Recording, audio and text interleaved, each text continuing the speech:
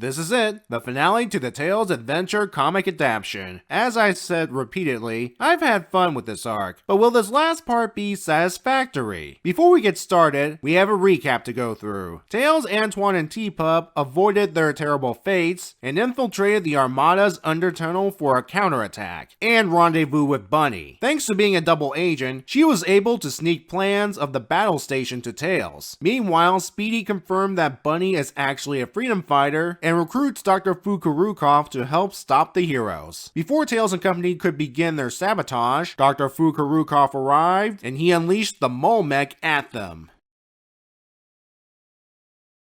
So we have a mad scientist with a name no one can pronounce and his giant purple mech versus a kid genius, a French swordsman, a cyborg, and a recently built robot dog. It's obvious who will win, but let's see how things play out. The mech shoots at them repeatedly, and Tails has Bunny return fire. For those asking why can't Bunny continually shoot the thing, 1. As pointed out in Sonic 203, Bunny's robo parts run on her life force, and constant use of the energy draining blaster would leave her very weak or worse. And 2, the blast only temporarily blinds the Mole Mech, but it does give our heroes time to come up with a plan. Tails will have Bunny and Antoine continue the plan of damaging the storage area, while he goes after the Mole Mech with a wrench and T-Pup dropping the remaining bombs taken from the birds last issue. The married couple have it easy. Bunny tears through the walls like paper, and Antoine's getting some usage out of the Armada sword. Tails, on the other hand, has to dodge attacks and uses his wrench at certain points while T-Pup distracts the mech. The only thing Dr. F can do for the moment is panic. The mech grabs Tails and damages T-Pup in the process, jerks, and the villain thinks he's won. But Tails throwing the wrench at the mech causes it to collapse. All Fukurukov can say is inconceivable, over and over and over. But what do you know, another Princess Bride reference. Between this and what Knuckles said in issue 12, my guess is Ian was watching that film while writing these scripts. Anyway, Fukurukov runs away and Tails gives chase, until he spots someone trapped in the mech. That someone is Speedy. Tails helps him out, and we have a moment of mutual respect. Tails even introduces himself, hoping the two will become friends. Sorry buddy, Speedy's not interested in being friends, but he does warn you to get out now. The rumbling that just started may be the reason. Tails grabs the damaged T-Pup and tells Antoine and Bunny to head back to the undertunnel, just as all the birds are coming up from said tunnel. Antoine's not sure about Tails' actions. To be fair, it's one that may end badly for everyone. And while Bunny has faith in Tails' decision, even that has its limits. As they reach the undertunnel, it starts to flood. Fortunately, Tails explains they're not sinking, they're rising. Sure enough, when they reach a hole, they find out they're high in the sky.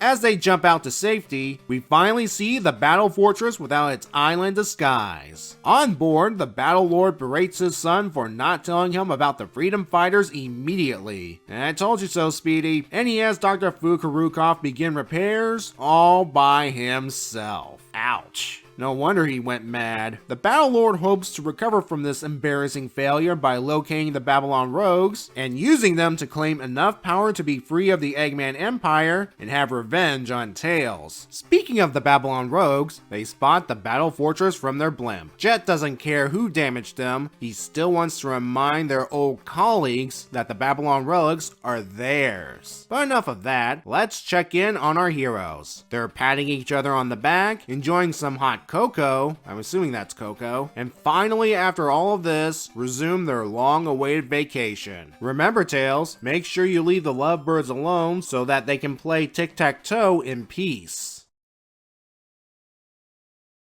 I have to applaud Tails on how he defeated the Mole Mech. While bombs were used to defeat it in the game, bombs here serve as a distraction as Tails loosened the bolts just enough that one hit from that wrench finishes the job. I'll say it again, Fukurukov doesn't compare to Tails. Kudos to Bunny and Antoine. Instead of standing on the sidelines, they're continuing the original plan of sabotaging the storage area in key places. That plus damage caused by the Mole Mech means the birds won't bother anyone for a while, especially if Dr. Fukarukov fixes it all by himself. Tails gains the respect of Speedy. While they may be enemies, Speedy is grateful for being rescued from the mech wreckage, and is impressed with Tails' moves during the mech fight. And look at it this way, he's no longer calling Tails a freak. Well, Antoine was right, our two-tailed fox is growing up. He now has an entire enemy force on his radar when previously he had individual villains. Guys come a long way. That one page with the Babylon rogues at the end. I don't know about you, but it feels tacked on. It shows us that, yeah, these guys still exist. I know they were mentioned by the Armada a few times in this arc as the means to reclaim their heritage. And the rogues planning to attack is to show that they and the Armada are still not on good terms. I wonder how things would have turned out if Tails had not sabotaged the battle fortress when he did. The rogues were on their way expecting an island. Now if you're wondering, yes, the fortress did rise in the game as well. Another nod to the game is the end. Hear me out. After Tails gets rid of the battle cuckoo, he goes back to relax, in his own way. Likewise, our heroes go back to their vacation. I'm sure Tails will get back to building once the two lovebirds go off to have some alone time.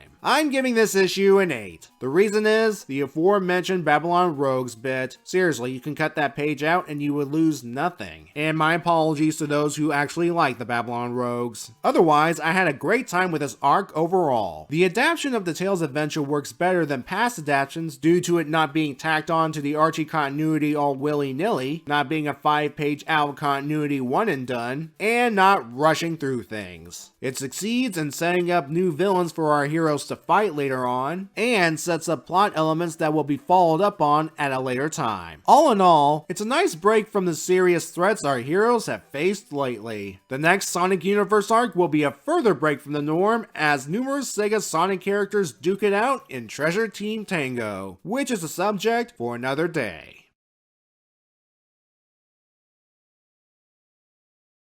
One thing I like about this comic's ending, there's no Flicky randomly appearing to ruin Tails' day.